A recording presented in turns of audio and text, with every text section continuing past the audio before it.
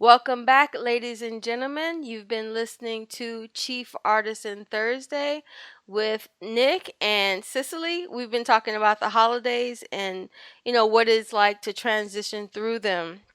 So, Cicely, you were talking about how you give the parents charge in taking over, what the holidays look like. Did you want to add more to what you were saying? I pretty much think that I got that all out. Just, in keeping in reference about long lasting value and what makes a difference eternally, if you will, or in the long haul. And definitely, I don't foresee that being anything tangible Right, because that a child or even. we were going to talk about actually, if you're listening, listener, to this within 2015, we're going to be talking about Hurricane Katrina. And Hurricane Katrina actually started in Africa. It moved through the tropics, the Caribbean, and finally hit New Orleans. And it was one of the worst transitional environments in terms of the environment for the U.S. And we're going to be interviewing people and blogging about, what that meant for that magnitude. It was a hurricane, category 5 hurricane that came through America. And since we've been talking about transition right now and how it's not necessarily a positive thing, that happens, but there is hope. So I'm sure you have heard stories of hope and transition. In fact, Cicely has some good news to share. But one thing we are making ourselves available for, if you want to get in contact with us and learning how to transition through seasons, we have coaching sessions available. But Cicely, tell them about your new assignment that just you were blessed with. Okay, so the assignment that I've recently been blessed to acquire is in working with a population of young men in the justice system through a youth and family service in the city of Chicago.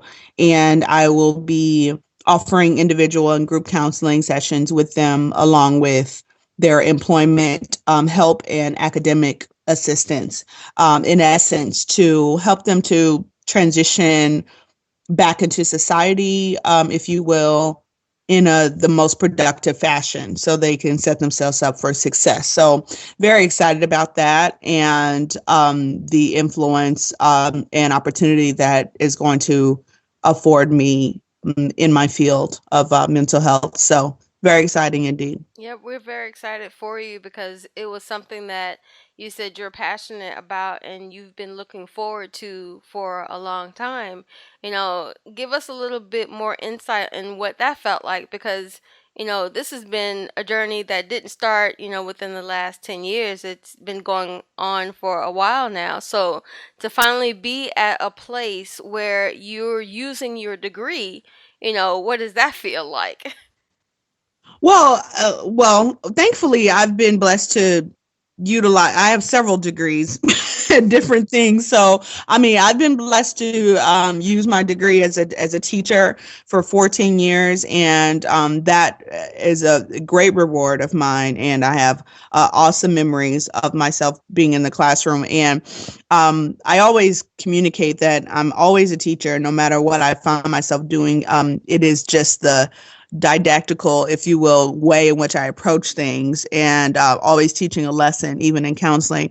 But now, in having the most recent degrees in counseling, I've been able to have some experiences here and there, but this will be a more concentrated effort in which I'll be able to actually conduct pretty much group sessions for the first time. It's usually always been on an individual scale. So I'm very excited about the group dynamic because I've always enjoyed that.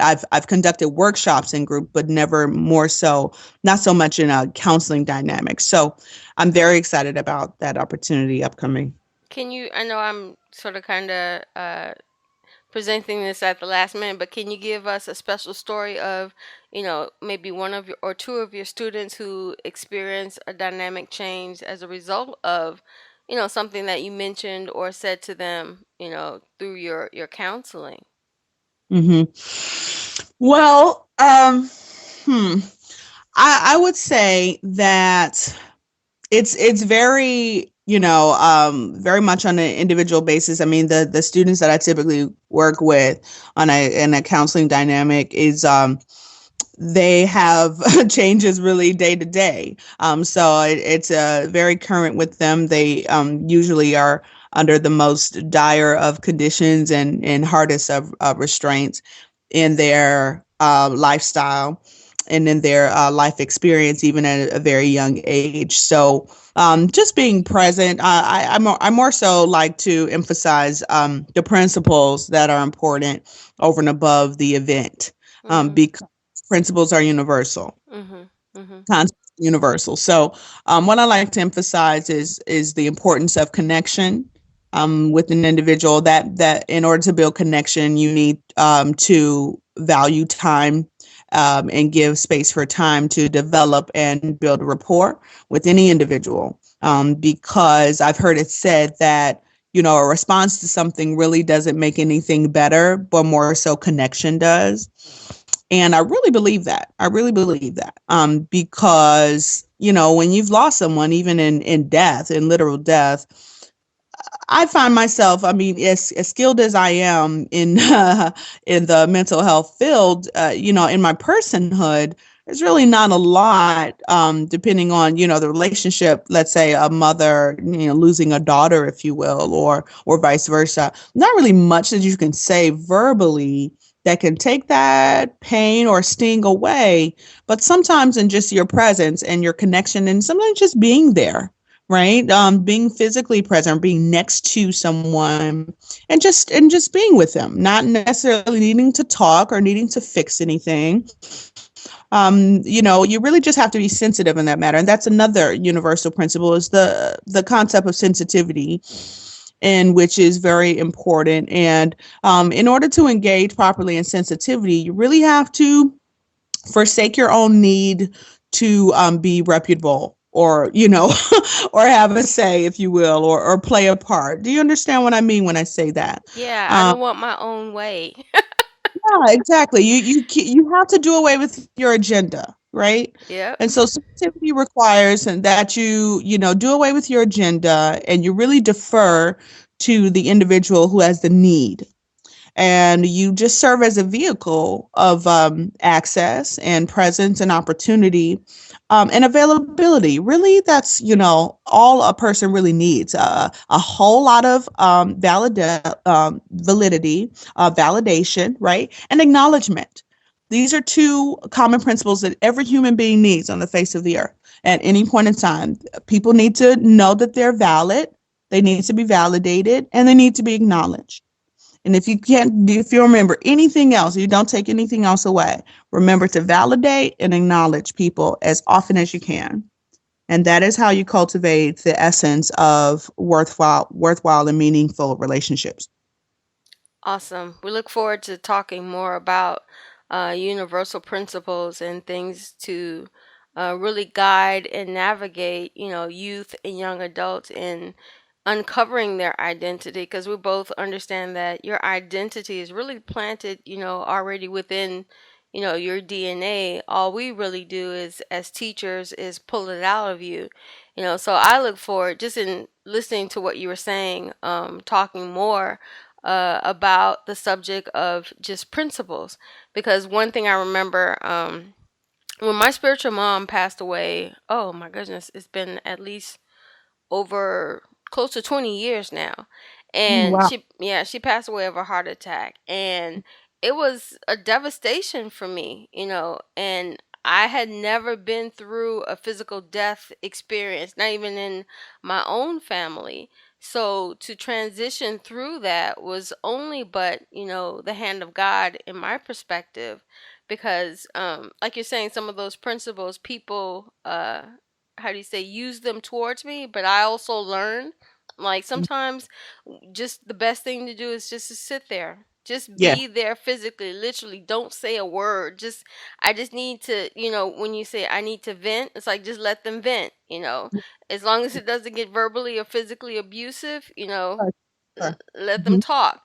Yes. So that's one of the things I learned and definitely use when some of our students who were in the dance ministry, and their parents had passed away, and one of the dancers actually came to the academy the day after the funeral, and we're like, what are you doing here? And knowing that people handle death and trauma very differently, it's Certainly. like, you kind of like, okay, I know to walk delicately around the situation. She was like, I feel safe here, and I just need to be here. And I just put my arm around her, and I was just like, you know what, you're welcome. And because I understood what she meant by that. And when I was able to, how do you say, bring up my own experience, it was just like, yeah, exactly, I don't need you to say anything, I don't need you to comfort me, I just need Yeah. you to listen right now. And I was like, really? And I'm like, Yeah. because those are the things that I learned. So a lot of times, in this walk that we call life, you know, Mhm. you've been equipped with some of the answers, and some of it may be listening is actually an awesome tool you have to learn if you're going to become a counselor. You Oh, know. it's a vital skill. Mhm. And it is priceless. Hmm. Very Yes. priceless. And I'm so thankful you're on the team. I think that a lot of the conversations that we're going to have are going to bring restoration to a lot of families and a lot of individuals. So if people want to get in contact with you personally, where do they reach you? They can reach me at the number one passion international at gmail.com by way of email, or they can feel free to call me at 773-860-8424. Directly, I would love to speak with you. And if you'd like to give us feedback concerning our podcast or our, website and blogs, feel free to send us an email at TOCTOWN14, that's TOCTown14 at gmail.com. We welcome your feedback, and we want to thank Cicely, and we want to thank you for listening in to another episode of Chief Artisan Thursday. And as we celebrate the holidays, we hope that your home is a place of peace and rest.